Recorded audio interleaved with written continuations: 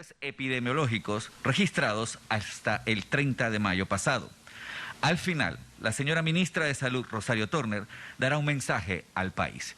Iniciamos entonces con la doctora Lourdes Moreno, jefa nacional de epidemiología del Ministerio de Salud. Buenas tardes, equipo Panamá.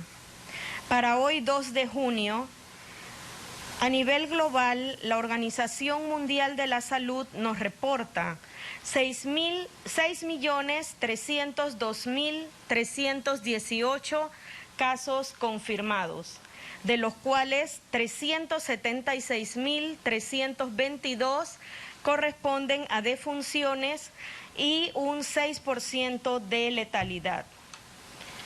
En cuanto a la situación del COVID en Panamá, tenemos 14.095 casos confirmados acumulados, de los cuales son nuevos casos para el día de hoy 258.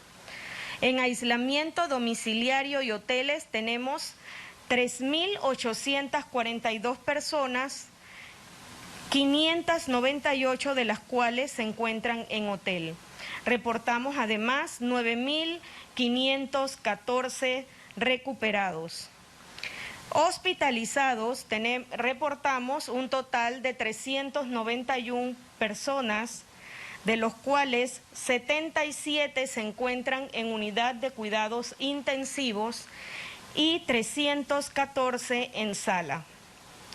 Lamentablemente, reportamos un total acumulado de 352 defunciones.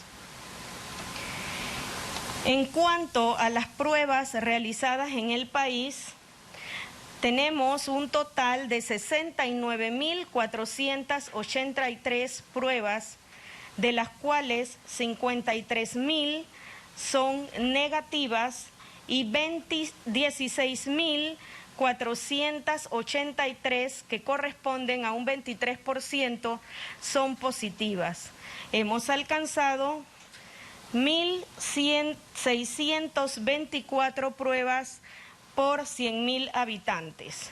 Nuevas pruebas para el día de hoy, 848 pruebas.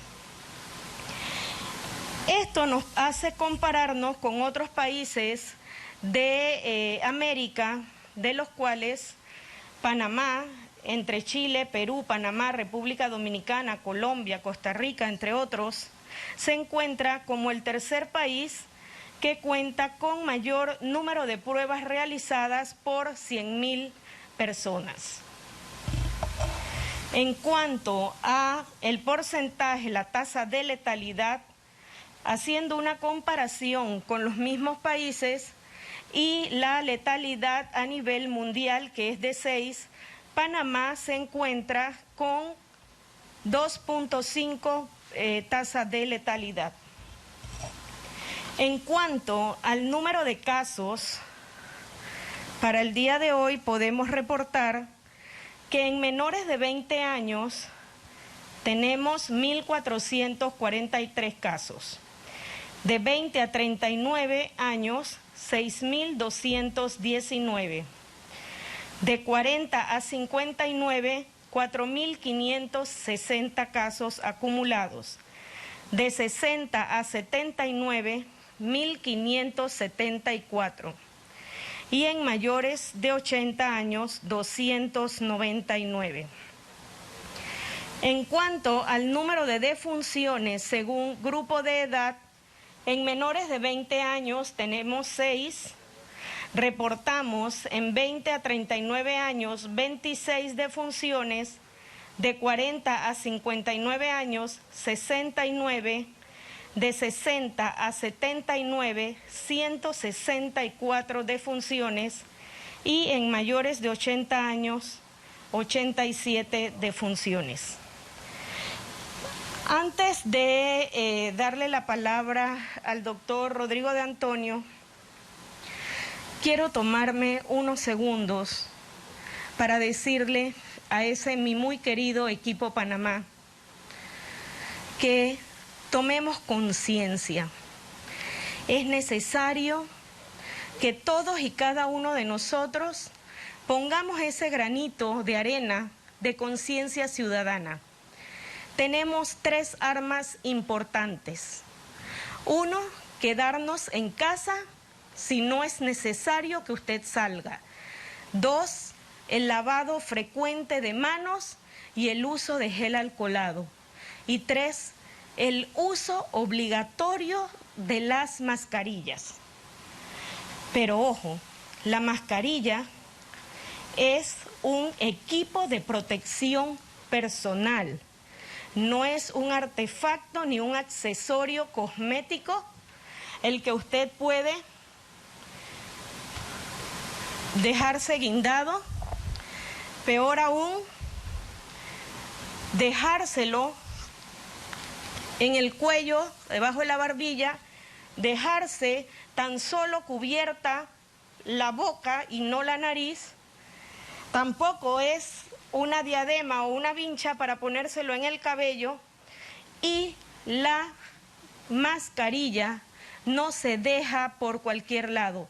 Al botarla también tiene que tener cuidado de quitársela de una de las arandelas, cerrarla y desecharla en un recipiente, cosa de que no quede tirada por la calle y otra persona la pueda utilizar o tocar, y si usted está mal, poder contagiarla.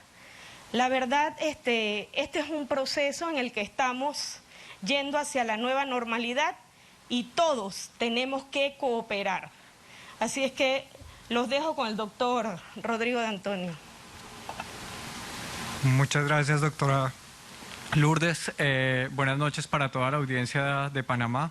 A continuación vamos a presentar los indicadores epidemiológicos actualizados hasta el día 30 de mayo. El primer indicador que vamos a presentar es la ocupación hospitalaria, medida por el número de casos que se encuentran actualmente hospitalizados, ya sea en sala o en unidad de cuidado intensivo. Este indicador es relevante teniendo en cuenta que la ocupación y la saturación del sistema de salud ha sido lo que buscamos evitar con las medidas de confinamiento y de cuarentena. En el lado derecho ustedes van a observar el área sombreada que corresponde al momento en que el bloque 1 empezó a funcionar, es decir, a partir del 13 de mayo, y hasta la fecha no observamos que haya un aumento en el número de hospitalizaciones, ya sea en sala o en unidad de cuidado intensivo. El número se ha mantenido por debajo de 400 casos. El siguiente indicador, presentamos el número de casos confirmados reportados. Aquí tomamos en cuenta la fecha en que se han reportado. Como ustedes observan, hacia el final de la semana anterior hubo un aumento en el número de casos que se reportaron, confirmados por laboratorio. El tiempo de duplicación que hasta la semana anterior estaba en 21 días, actualmente se encuentra en 18 días. Esto habla de la velocidad de contagio que va teniendo la enfermedad. Cuando observamos de acuerdo a la fecha de toma de muestra, es decir, que acá cada una de las barras representa la fecha en la que la muestra fue recolectada para análisis. Esto es por confirmación del laboratorio de PCR. Las barras en rojo indican los días domingo, donde la actividad por demanda ha sido más baja. El promedio de casos hasta la semana anterior estaba por el orden de los 150 160 casos, pero hacia el final de la semana pasada este número aumentó y estamos cercanos a los 250 casos por día. Nuevamente, este es un indicador que señala un aumento en la velocidad que tiene la transmisión de la enfermedad en nuestro país. El número reproductivo efectivo, que corresponde al valor promedio de la tasa de contagio que se presenta en el país. Para la semana anterior estábamos cercanos al 1.03. Actualmente, con las cifras y el aumento que se ha venido presentando, este valor promedio es de 1.28. Recordar que sobre todo con las medidas de confinamiento es que es posible que se llegue al umbral donde la cifra es de 1 o menor de 1. Actualmente esta cifra nuevamente está el valor nacional es de 1.28. Sin embargo, cuando revisamos los corregimientos que han tenido mayor actividad y excluimos aquellos que han venido presentando y reportando algunos conglomerados, ese valor nacional es mucho menor. Actualmente esa estimación, nuevamente teniendo en cuenta la fecha de inicio de los síntomas, que es la fecha más cercana al contagio y que nos muestra la actividad de hace aproximadamente 2 semanas, nos muestra un valor de 0.96. Esto es importante para la toma de medidas asimétricas que van a ser necesarias en algunos de los corregimientos más afectados. Cuando tomamos en cuenta el número de defunciones, que es un valor mucho más robusto y que le hemos venido dando seguimiento también, este valor se encuentra en 0.99, es el valor promedio nacional. Sin embargo, los valores, el rango de confianza que tiene está entre 0.68 a 1.38. Recordar que siempre las defunciones vienen más tardías que la presentación de los casos, y esto es principalmente a que el tiempo promedio en que una persona pasa después de contagiarse hasta que tiene un desenlace fatal pueden ser en promedio acá en Panamá de 10 días. Esta es una gráfica muy importante. Aquí mostramos la incidencia, que es el número de casos de acuerdo a la población que tiene cada uno de los corregimientos. El primer aspecto que quisiera compartir con ustedes es que la gran mayoría de áreas en el país, que corresponden a casi el 60% de los corregimientos, permanece libre de COVID. Y esto es importante para aquellos corregimientos que están teniendo actualmente una tasa de contagio, que están presentando transmisión activa, transmisión comunitaria. Las áreas mostradas en rojo obviamente corresponden a aquellas que son más pobladas, también donde existe mayor densidad de población y de algunas condiciones de hacinamiento, y es por eso que las medidas que recomendaba la doctora Lourdes se hacen muy relevantes, principalmente a nivel de la región metropolitana, a nivel de San Miguelito y a nivel de Panamá Oeste. Observamos una incidencia, es decir, un número de casos por población bastante elevado. De esta misma forma los observamos también hacia la región de Santiago y en algunos focos en Chiriquí y Darién. Cuando revisamos los corregimientos que vienen reportando al menos 20 casos diarios durante esta última semana, tenemos que son 23 corregimientos que son aquellos que han venido presentando o reportando al menos 20 casos por día. Para la semana anterior habíamos reportado que eran 22, esta semana tuvimos uno adicional. Algunos son consistentes con los que se han venido reportando, principalmente con actividades de conglomerados en Santiago en la cárcel, en Pacora también en la cárcel, y en Caledonia en algunos hogares o lugares de concentración de varias familias. Las áreas más afectadas nuevamente están concentradas en lo que es San Miguelito, principalmente Belisario Frías, Belisario Porras, en Arraiján, Vista Alegre, también en Tocumen, Mañanitas y 24 de diciembre.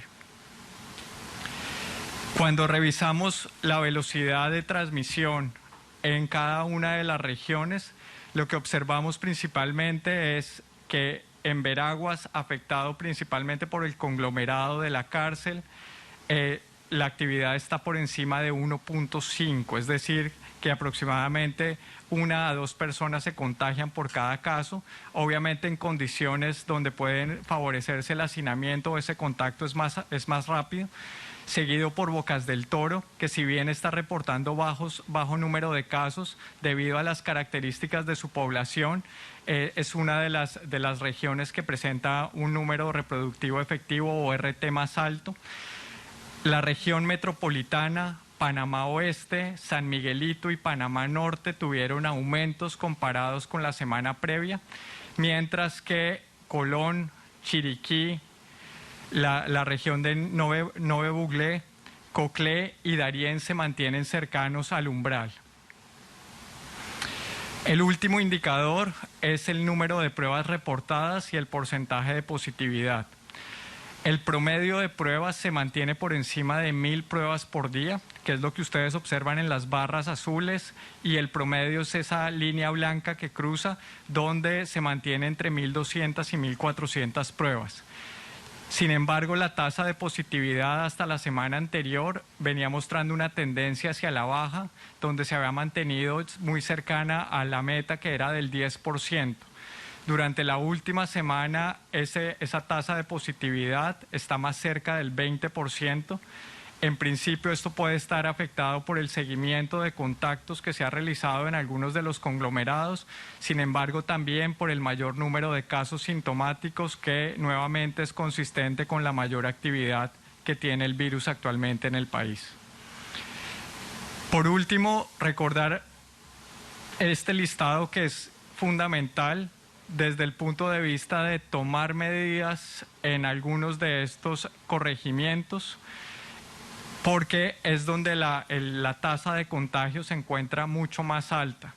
Recordar que el promedio nacional estaba en 1.28 y que cuando se excluían estos 20 corregimientos, ese valor estaba cercano al 1.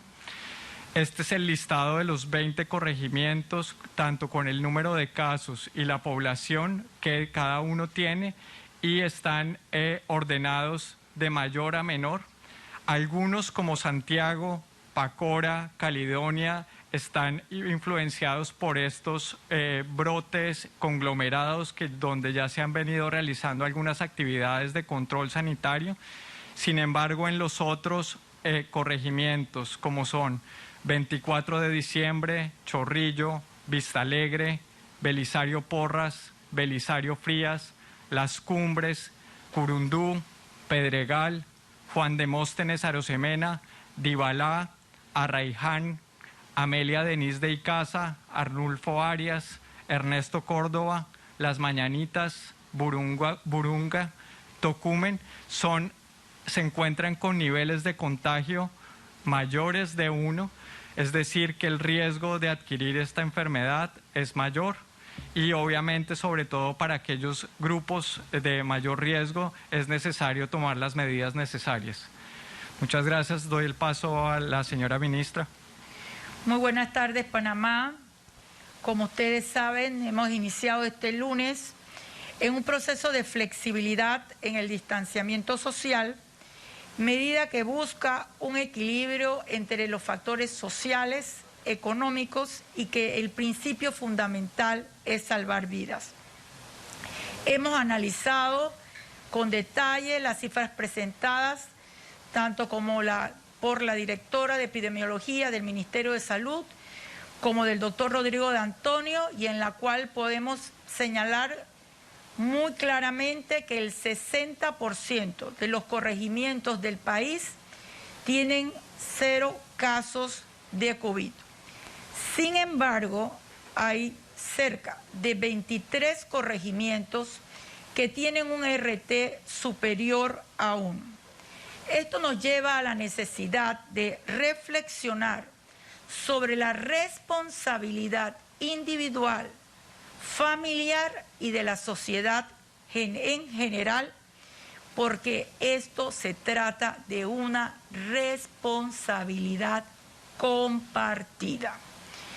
El Gobierno Nacional ha tomado la decisión de establecer estrategias multisectoriales en las que estará presente en estas comunidades esa coordinación tan necesaria del Ministerio de Salud y la Caja del Seguro Social para ampliar las coberturas de atención para la población con mayor riesgo, pero también para tomar las pruebas que estamos adquiriendo para hacer el tamizaje requerido, con el acompañamiento definitivamente de instituciones como el MIDES, el MIDA y el plan de acción conjunta que hemos efectuado con el Ministerio de Seguridad.